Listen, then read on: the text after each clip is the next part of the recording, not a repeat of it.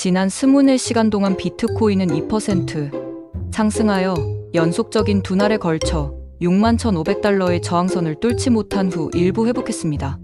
62,500달러 이상의 가격 수준을 유지하고 있는 현재의 상승 흐름은 미국이 무엇을 하든 비트코인이 여전히 긍정적인 가격 변동을 겪을 수 있다는 것을 나타냅니다.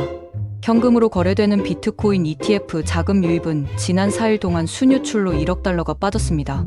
암호화폐에 대한 신뢰를 높이는 몇 가지 요인이 있습니다. 첫째로 중국이 경제를 부양하기 위해 1.38억 달러의 장기 채권을 발행한다고 발표했습니다.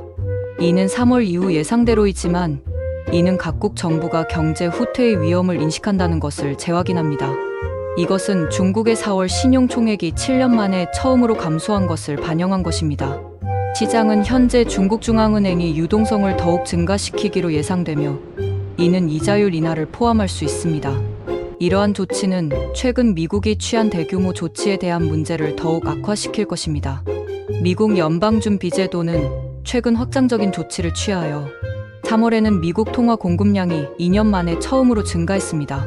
금융을 증가시키는 것이 유익해 보일 수 있지만 시간이 지남에 따라 이는 더 높은 인플레이션을 야기할 수 있으며 특히 기업 및 개인이 지출 및 투자를 지연할 수 있을 때입니다.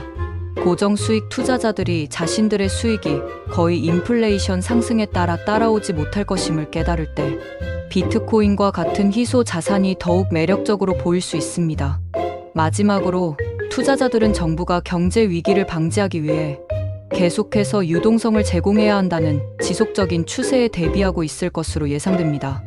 일부는 주식 시장이 유동성 증가의 주요 수혜자가 될 것으로 생각할 수 있지만 높은 이자율은 기업의 자본 비용을 증가시키므로 기업에 불리한 영향을 미칠 것입니다.